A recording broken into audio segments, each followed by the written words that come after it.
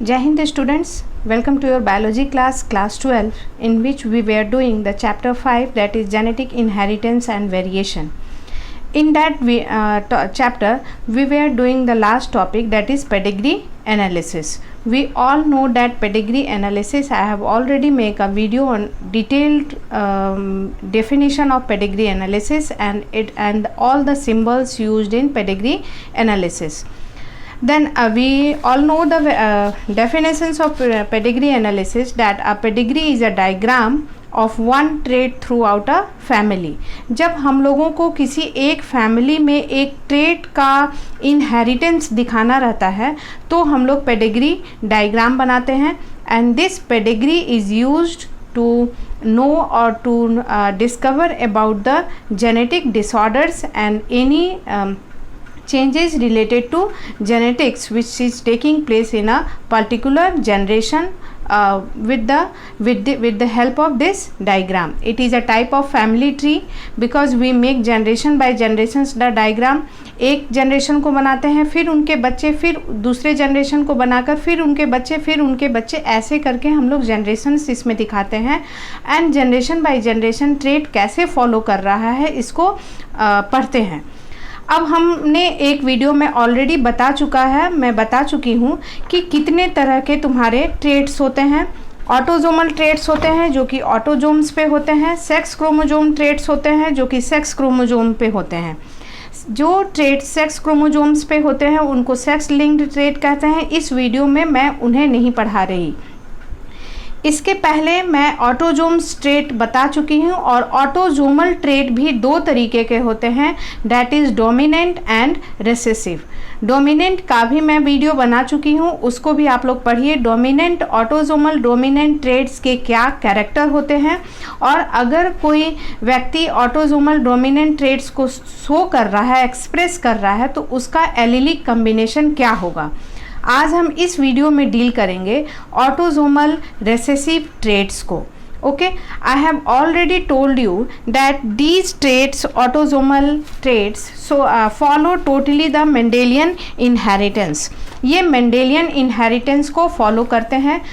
यहाँ पे हम मेंडेलियन के रिसेसिव और डोमिनेंट ट्रेट कब एक्सप्रेस होते हैं, कब नहीं होते हैं, इन सभी बातों को ध्यान में रखेंगे.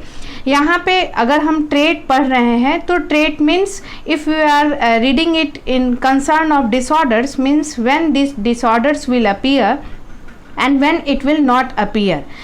In this video I am teaching you about autosomal recessive traits, means जो disorders या particularly traits को हम यहाँ disorder denote कर रहे हैं क्योंकि ये टॉपिक हमारा मेंडेलियन डिसऑर्डर के अंदर है.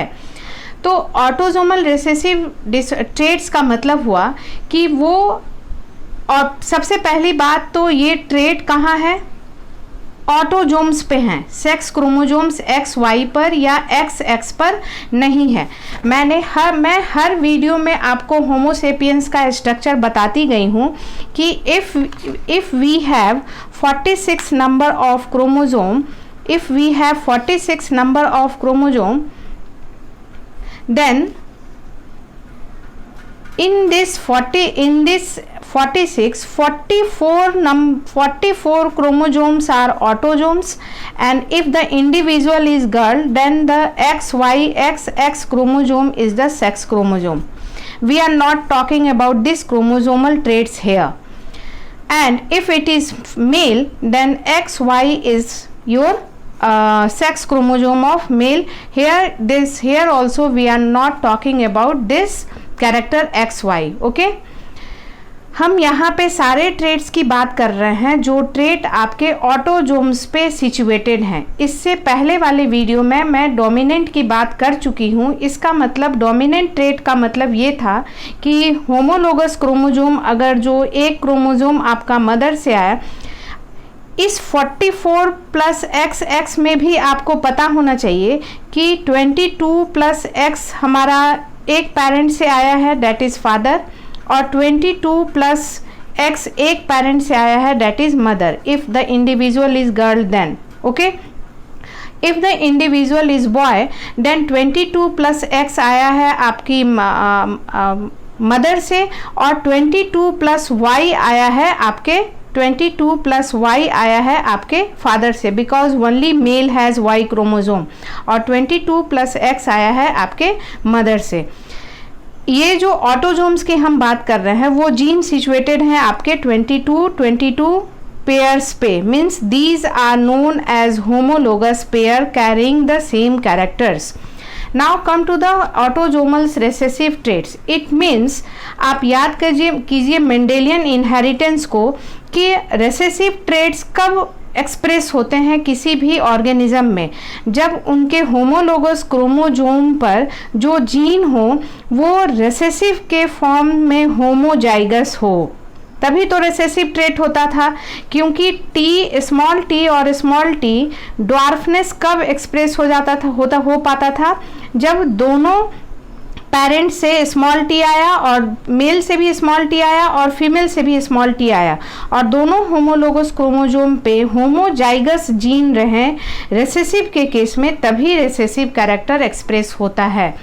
तो ऑफ कोर्स इस ऑटोजोमल रेसेसिव ट्रेट्स में भी जो हम लोग पढ़ रहे हैं ये ट्रेट तभी वो इंडिविजुअल एक्सप्रेस करेगा जब उसके होमोलोगस क्रोमोजोम पे दोनों पे ये रेसेसिव अलील्स प्रेजेंट रहें। ये हो गए आपके अलील्स, और जहाँ पे जीन सिचुएटेड हैं the physical place is called locus. Okay, अब इसके हम एक एक पॉइंट को पढ़ते हैं, क्योंकि मैं ये पीपीटी आपको प्रोवाइड की हूँ, आप इस पॉइंट को समझिए। If dominant allele is present on the autosomes then the individual will not express the trait. अब चूंकि ये ट्रेट रेसेसिव ट्रेट है, मीन्स ये गुण, कैरेक्टर, ये डिजीज या डिसऑर्डर जो भी है ये तभी होगा जब ये रेसेसिव के कंडीशन में होगा, और हम जानते हैं कि रेसेसिव तभी एक्सप्रेस होता है जब दोनों होमोलोगस क्रोमोजोम पे रेसेसिव एलील्स रहें। इसलिए कह रहा है कि इफ़ डोमिनेंट अलील अगर प्रेजेंट हो, मानो कि कोई इंडिविजुअल है और उसका क्रोमोजोम ऐसा है, एक पे बिग ए है और दूसरे पे स्मॉल ए है, इस केस में भी ये जो ऑटोजोमल ट्रेट है वो एक्सप्रेस नहीं होगा। अब देखो एक और इंडिविजुअल है जिस पे बिग ए है, इस पे तो बिल्कुल होगा ही नहीं, इस पे तो छोटा, यहाँ एक होमोलोगस एक क्रोमोजोम पे तो छोटा ए आ भी गया है, तो चांसेस हैं ऐसे एक्सप्रेशन के, अगर ये तुम्हारा जो अलील है ये गैमेट बनेगा और दूसरे गैमेट भी अगर ए से मिल जाए तो उसके चांसेस हैं ए मिलकर डिजीज्ड ऑफ स्प्रिंग आने के। लेकिन इस केस में तो ये पर्सन बिल्कुल हेल्दी है। किस केस में हेल्दी है? ऑटोजोमल रेसेसिव ट्रेट या ऑटोजोमल रेसेसिव डिसऑर्डर के केस में ये पर्सन बिल्कुल हेल्दी है। ये बिग ए एंड स्मॉल ए वाला, बिग ए एंड बिग ए वाला, क्योंकि इसमें थोड़ा सा भी कहीं रेसेसिव एलील है ही नहीं, रेसेसिव एलील टोटली एब्सेंट है। लेकिन जो ये हेट्रोजाइगस है इसमें ये रेसेसिव एलील प्रेजेंट है, इसलिए इसके चांसेस हैं ऑफ स्प्रिंग में, इसके ऑफ स्प्रिंग में ये रेसेसिव एलील के जाने के। अगर इसकी मैटिंग ऐसे ही एक हेट्रोजाइगस फीमेल से हो जाती है तो आप देखिए ये ए और ये ए मिल जाएगा, और यहाँ पे ये जो इसका एक ऑफ स्प्रिंग होगा उसमें चांसेस होंगे कि ये दोनों, ये जो ऑफ स्प्रिंग है वो डिजीज्ड हो जाए। तो आप देखेंगे ये जो पर्सन है, हेट्रोजाइगस जो पर्सन है, वो ऑटोजोमल रेसेसिव ट्रेट को शो नहीं करता है, एक्सप्रेस नहीं करता है। लेकिन चूंकि ये एक अलील रेसेसिव कैरी कर रहा है, इसलिए इसको ऐसे कंडीशन को ऑटोजोमल रेसेसिव ट्रेट में हम लोग करियर्स कहते हैं। करियर मीन्स इस डिफेक्टेड जीन को कैरी कर रहे हैं, भले ही ये अफेक्टेड नहीं है क्योंकि ये होमोजाइगस कंडीशन में ये रेसेसिव नहीं है, लेकिन इसके चांसेस बनते हैं कि ये फर्दर किसी ऐसे अपोजिट सेक्स से मैटिंग करे जिसके पास भी ये रेसेसिव अलील एक हो, तब तो दोनों मिलके एक ऐसे ऑफ स्प्रिंग आ सकते हैं जो कि अफेक्टेड हों ऑटोजोमल रेसेसिव ट्रेट से। इन्हीं सभी बातों को हम इसमें एक एक करके पढ़ेंगे। In order to express the traits 2 recessive alleles must be present. ये क्लियर हो गया है कि 2 रेसेसिव अलील्स होमोलोगस क्रोमोजोम पे प्रेजेंट होने चाहिए, तभी ये ट्रेट एक्सप्रेस होगा। हम लोग जानते हैं कैपिटल डोमिनेंट डिनोट करते हैं और स्मॉल को स्मॉल लेटर आपको रेसेसिव डिनोट करता है। इसलिए ऑटोजोमल रेसेसिव ट्रेट का एलीलिक कंस्टिट्यूशन या जीनोटाइप कैसा होगा? स्मॉल ए, समझे? क्योंकि बिग ए तो आपका डोमिनेंट हो जाएगा। बिग ए में तो आपको बीमार पड़ने की संभावना ही नहीं होती है क्योंकि ये डोमिनेंट है। लेकिन बिग ए और स्मॉल ए जो है ये बीमार नहीं होगा, ये अफेक्टेड नहीं होगा, लेकिन करियर होगा डिजीज़ का। Okay, now come to this, what would be the genotype of an individual without the autosomal recessive trait?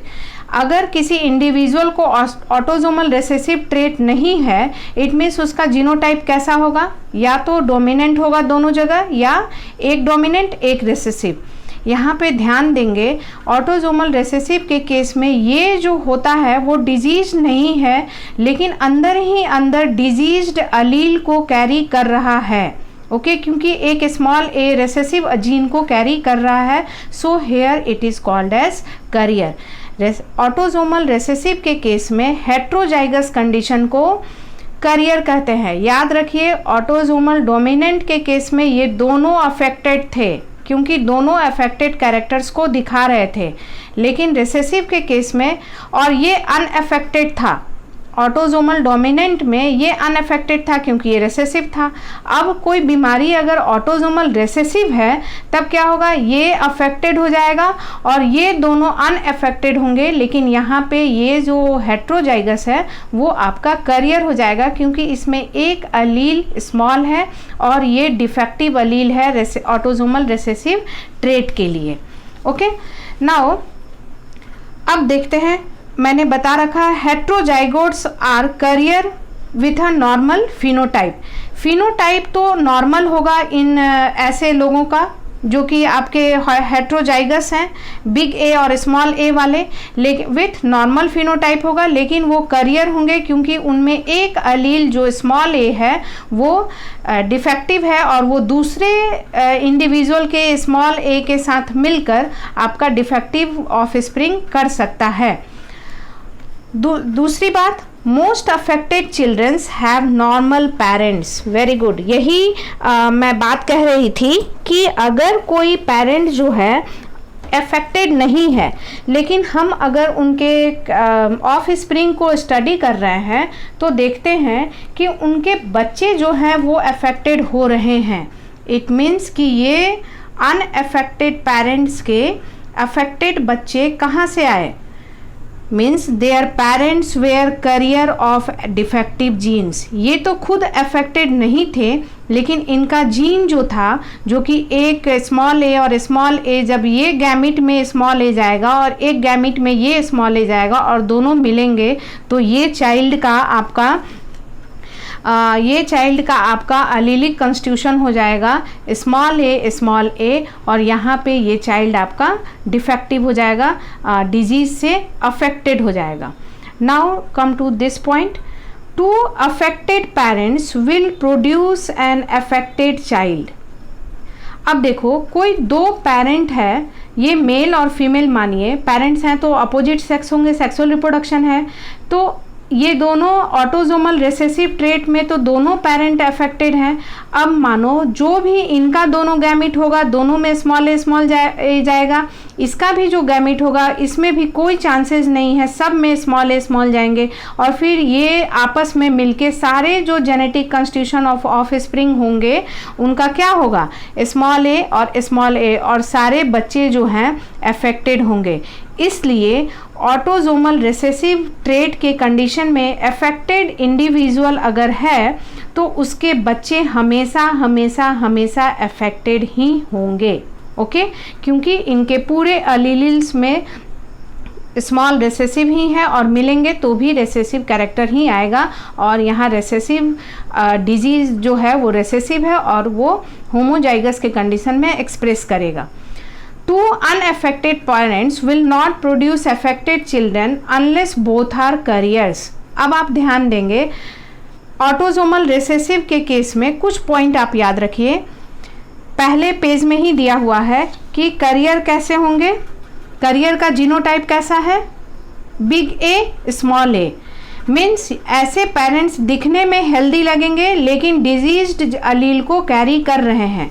मानिए ऐसे ही दो पेरेंट्स बिग ए स्मॉल ए इंटू बिग ए स्मॉल ए हम मल्टीप्लाई कर देते हैं, देन दोनों पेरेंट्स तो आपस में हेल्दी दिख रहे हैं, लेकिन जब ये गैमेट और ये गैमेट मिलेगा तो एक ऑफस्प्रिंग में कम्बिनेशन हो जाएगा बिग ए स्मॉल ए और स्मॉल ए का, और ये अफेक्टेड हो जाएगा। सो यहाँ लिख रहा है affected individuals with homozygous unaffected mates will have, ये वाला पॉइंट हम देख रहे थे, two unaffected parents will not produce affected children unless both are carriers। ऐसा कब होगा?